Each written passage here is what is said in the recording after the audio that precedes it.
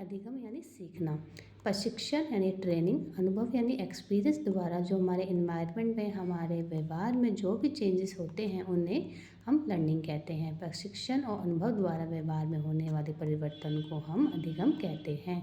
जो भी हम ट्रेनिंग लेते हैं, जो भी हम एक्सपीरियंस देते हैं, उससे हमारे बिहेवियर में कोई ना कोई चेंजेस आते रहते हैं। और जो ये हमारा लर्निंग है लाइफ टाइम चलती है। ऐसा नहीं है कि हमने आज सीख लिया तो हमें कल सीखने की ज़रूरत नहीं पड़ेगी। हमारे जो ज्ञान है, जो भी हमारी नॉलेज है, उसमें चेंजेस आते रहते हैं। हम लाइफ टाइम कुछ ना कुछ सीखते रहते हैं। अधिगम का अर्थ है हमारे व्यवहार में परिवर्तन। जैसे भी हम कुछ सीखते हैं तो उससे हमारे बिहेवियर में कोई ना कोई चेंजेस आते हैं। अधिगम व्यवहार का संगठन है। अधिगम नवीन प्रक्रिया की पुष्टि है। और व्यक्ति किसी भी कार्य को सीखता है तो उसका मानसिक स्वास्थ्य, उसका शारीरिक स्वास्थ्य उसकी परिस्थिति पर निर्भर करता है। अगर उसका मानसिक स्वास्थ्य ठीक नहीं है तो फिर वो कोई भी कार्य को नहीं कर सकता। अगर उसका शारीरिक रूप से बीमार है तब भी वो कोई भी कार्य को नहीं कर सकता, ना कि उस कार्य को सीख सकता है। उसकी परिस्थिति, कभी क्या होता है हमारे घर का एनवायरनमेंट है, हमारे स्कूल का एनवायरनमेंट अगर ठीक नहीं होगा तो हम हमारा कोई भी काम को सीख नहीं सकते हैं। सीखना सहज क्रिया नहीं है, ये इन्वायरमेंट से अर्जित की जाती है। हम जो भी कार्य सीखते हैं हम अपने इन्वायरमेंट से सीखते हैं। ये नहीं है कि हम जन्मजात उस काम को सीख के आते हैं। जैसे पलक झपक रही है तो ये नहीं है कि वो बच्चा बचपन से सीख के आया है।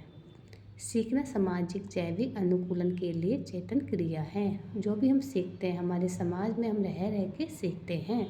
सीखने की क्रिया द्वारा स्थायी अस्थायी परिवर्तन होते हैं। कोई चीज़ ऐसे होते हैं, कोई परिवर्तन हमारे स्थायी होते हैं, कोई परिवर्तन हमारे अस्थायी होते हैं। सीखने के द्वारा अनुकूलन तथा प्रतिकूलन दोनों प्रभाव होते हैं। सीखना सही भी हो सकता है, गलत भी। कोई कार्य हम क्या होता है, हम कोई भी कार्य सीखते हैं तो वो कार्य सही भी है, कोई गलत भी है। कोई समाज के लिए हेल्पफुल है, कोई समाज के लिए हेल्पफुल नहीं है। अधिगम और परिपक्वता, एक क्वेश्चन आता है कि हमारी मैच्योरिटी और लर्निंग में कोई भी रिलेशन है या नहीं है। इसमें रिलेशन है कि एक दूसरे के साथ ही चलते हैं। अगर कोई व्यक्ति परिपक्व नहीं है, मैच्योर नहीं है, तो वो किसी कार्य को नहीं सीख सकता। और सीखने के लिए मैच्योर होना बहुत ही ज़रूरी है। अधिगम की प्रक्रिया जीवन भर चलती है।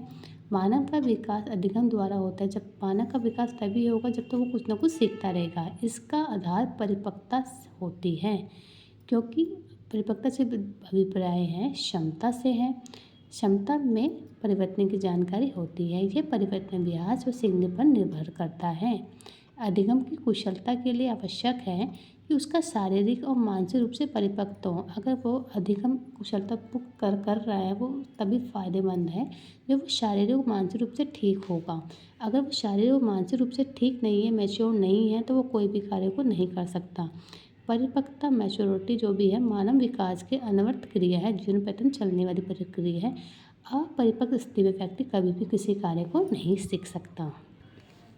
अधिगम के जो प्रतिकारक है, प्रभावित करने वाले फैक्टर कौन से हैं? उचित वातावरण, जब तक हमारे घर का इन्वायरमेंट, हमारे पड़ोस का इन्वायरमेंट ठीक नहीं होगा तब तक हम किसी भी कार्य को सीख नहीं सकते हैं।